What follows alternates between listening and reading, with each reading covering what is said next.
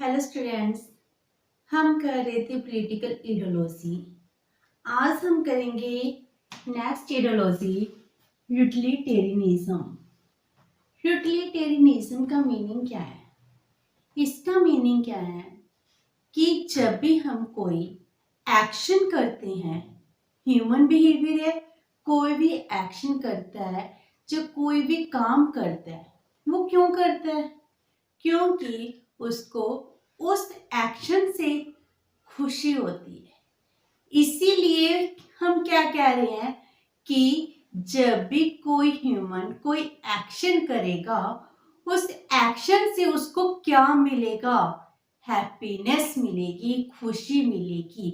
उसी को हम कहते हैं यूटिलिटी। तो यूटिलिटेरियन कॉन्सेप्ट को प्रपोज किया है जर्मी बेंथम ने। जर्मी बेंथम बहुत बड़े फिलोसफर रहे हैं। बेंथम का जन्म 1748 में लंदन में होता है। वो बाय प्रोफेशन लॉयर थे, लेकिन उनको एडवोकेसी में कोई इंटरेस्ट नहीं था। उनका इंटरेस्ट क्या था कि मैं लॉ को एक साइंटिफिक नेम दूं। इट मीन्स क्या है, जो भी लीगल एक्शंस थे उनको वो साइंटिफिक वे से डिफाइन करना चाहते थे। उनका इंटरेस्ट जूरिस्प्रूडेंस में था। इसीलिए उन्होंने कभी लॉ की प्रैक्टिस नहीं की। उन्होंने अपनी फिलॉसफी दी, एक सब्जेक्ट को साइंटिफिक वे में डिफाइन किया। जब बेंथम का जन्म हुआ, उस टाइम इंडस्ट्रियल रेवोल्यूशन चल रही थी इन ब्रिटेन। तो वो बहुत ज्यादा इन्फ्लुएंस्ड हुए from the enlightenment and industrial revolution, क्योंकि वहां के लोग इंडस्ट्री सेक्टर में बहुत ज्यादा ग्रो कर रहे थे, डेवलपमेंट कर रहे थे। तो इस टाइम पीरियड में इंडस्ट्रियल रेवोल्यूशन थी, जिसने पूरी दुनिया में क्रांति ला दी कि इंडस्ट्री सेक्टर से एक इकोनॉमी बहुत ज्यादा ग्रो कर रही है। 1748 की बात कर रहे हैं, 1750 60 की बात कर रहे हैं।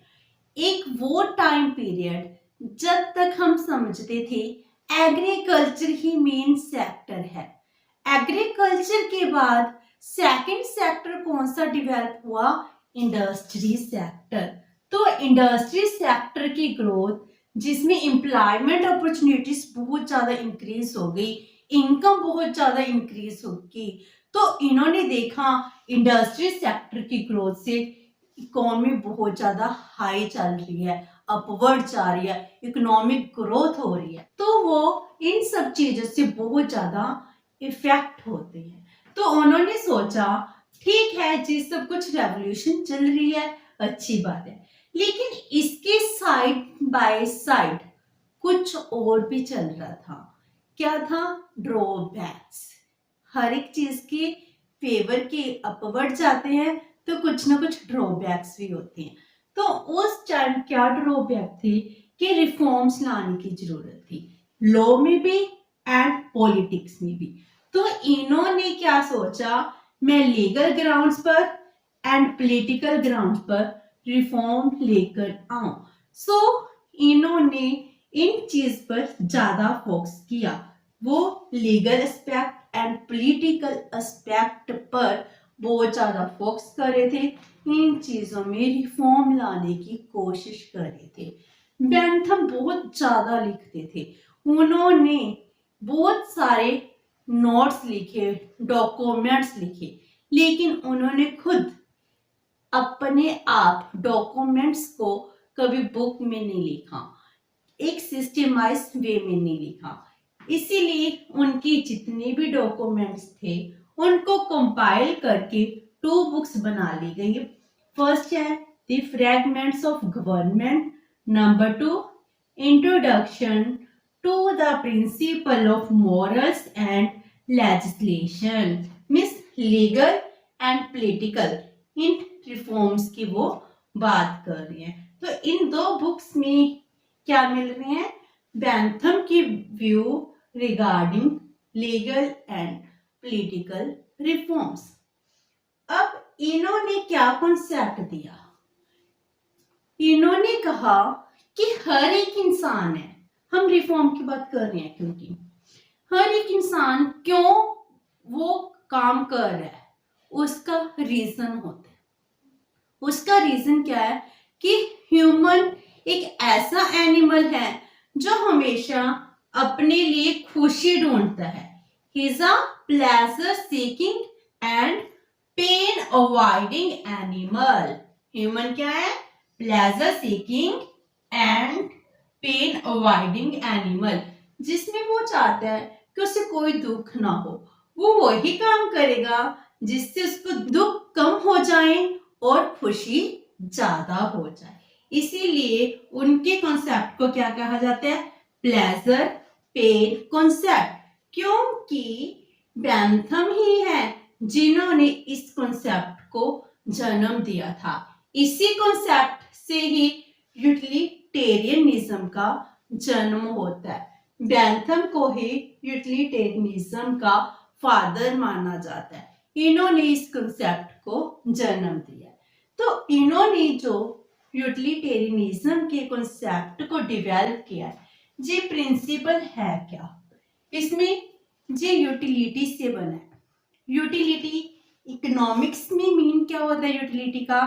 कि एक गुड है, उस गुड की कोई क्वालिटी है जिस वजह से हम ह्यूमन एक कंज्यूमर उसको कंज्यूम करते हैं, कंज्यूम करने से उसको सेटिस्फैक्शन मिलती है, उसी को हम कहते हैं यूटिलिटी। लेकिन जो ह्यूमन बिहेवियर पर पॉलिटिकल में यूटिलिटी का मीनिंग क्या है?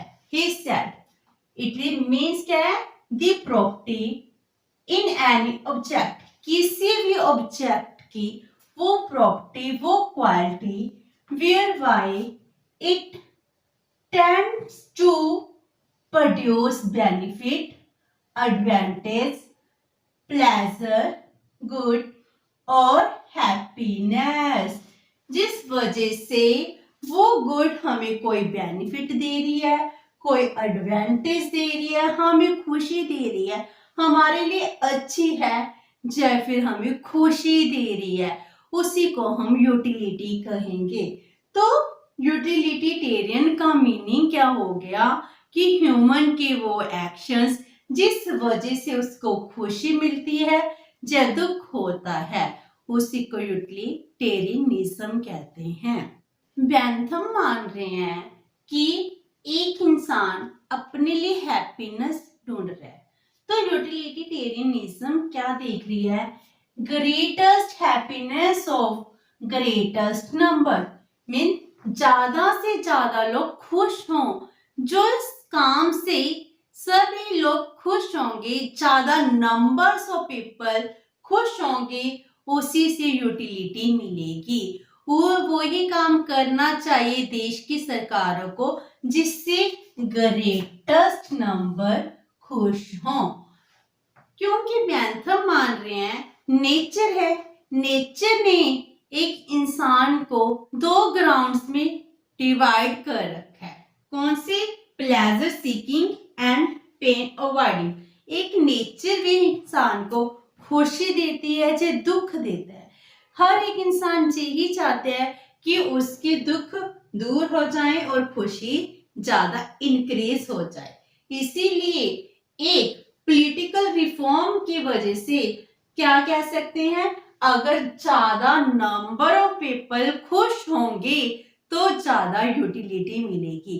तो पॉलिटिकल रिफॉर्म में हम यही बात कह रहे हैं कि सरकार के वो सभी एक्शन होने चाहिए, वो लॉ बनाने चाहिए जिससे सभी लोगों को खुशी मिले। सरकार के जितने भी लॉ बनाए जाते हैं, ऐसा तो है नहीं है कि सभी के सभी खुश हो जाएंगे। एक एक्शन से हो सकते कुछ लोगों को खुशी हो और कुछ लोगों को दुख हो, लेकिन इसके लिए सरकार को कौन सा लॉ बनाना चाहिए उसको देखना चाहिए, जिसमें ज्यादा नंबर ऑफ पीपल खुश हों, वो ही लॉ बनाना चाहिए। कुछ पर्सन की खुशी नहीं देखनी, सब लोगों की खुशी देखनी है, ज्यादा नंबर्स की खुशी देखनी है। तो बेंथम की जो जे आइडियोलॉजी है यूटिलिटेरियनिज्म की, जे किस पर बेस्ड है? क्वांटिटेटिव पर। जे क्वालिटी की बात नहीं करते, क्वांटिटी की बात करते हैं। जैसे 1 2 3 4 कितने नंबर ऑफ पीपल खुश हो गए, हमें इससे मतलब है। लेकिन वो ये बात नहीं कहते कि उससे खुशी कैसी मिली। खुशी की क्वालिटी भी होती है, कोई खुशी कम होती है, कोई ज्यादा होती है। जो बेंथम के व्यू थे, फिर बेंथम के व्यू को उनके ही स्टूडेंट मिल ने क्रिटिसाइज किया है। उसके बाद उन्होंने अपनी एक थ्योरी दी है। तो बेंथम को क्रिटिसाइज कर कर हम एक नई थ्योरी की बात करेंगे, जे एस मिल की व्यूज की। तो बेंथम का व्यू कर रहे हैं। बेंथम के अकॉर्डिंग जो हैप्पीनेस है, यूटिलिटी है, इसको हम क्वांटिटी वे में मेजर कर सकते हैं। तो यूटिलिटेरियन में क्या देख रहे हैं? जो भी ह्यूमन का एक्शन होता है, जो उसका बिहेवियर होता है, हम कोई भी काम कर रहे हैं, उसके रिएक्शन क्या होगा? दो ही वे होंगे, या तो मेरा काम सही होगा या फिर मेरा काम गलत होगा। सिंपली मैं कोई काम कर रही हूँ, मुझे वो काम करने के बाद ही पता चलेगा कि मेरा काम सही है या मेरा काम गलत है। अगर मेरा एक्शन राइट होगा तो क्या होगा? मुझे खुशी मिलेगी, मुझे प्लेजर मिलेगी। अगर मेरा एक्शन गलत हुआ, जो मैंने डिसीजन लिया था, जो काम मैंने किया था, वो रॉन्ग प्रूफ हुआ, तो उस वजह से मुझे अनहैप्पीनेस मिलेगी, मुझे पेन मिलेगी, दुख मिलेगा। इसलिए इसको हम कह रहे हैं प्लेजर पेन कॉन्सेप्ट। तो बेंथम ने जो यूटिलिटेरियनिज्म का कॉन्सेप्ट दिया है, ये कॉन्सेप्ट किसके ऊपर बेस्ड है? प्लेजर पेन के ऊपर बेस्ड है। क्योंकि ह्यूमन का हर एक्शन बिहेवियर इन दो कॉन्सेप्ट के आगे पीछे ही घूमता है। ह्यूमन हर काम वो ही करता है जिससे उसको खुशी मिले। जेहेतु हम कह रहे हैं किसी भी ऑब्जेक्ट की प्रॉपर्टी है जिससे हमें क्या मिलता है? बेनिफिट मिलता है, प्लेजर मिलती है, चाहे हैप्पीनेस मिलती है। ये थे हमारे बेसिक कॉन्सेप्ट्स ऑफ यूटिलिटेरियनिज्म के। नेक्स्ट सेशन में हम करेंगे features of utilitarianism. Hope so कि आपको समझ आ गए होंगे। अगर आपकी कोई क्वेरी है तो please post it in the comment box. अगर वीडियो अच्छी लगी तो please like and share with your friends. Thank you so much and have a nice day.